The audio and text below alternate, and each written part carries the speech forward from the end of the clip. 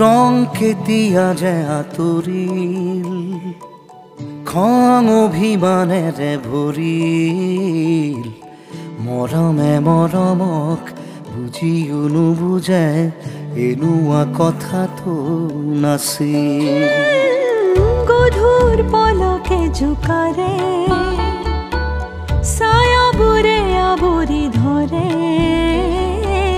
তথাপি ভৰসা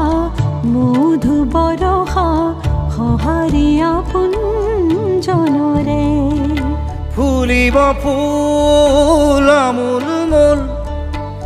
ৰহ ধৰা পথাৰ বিয়পি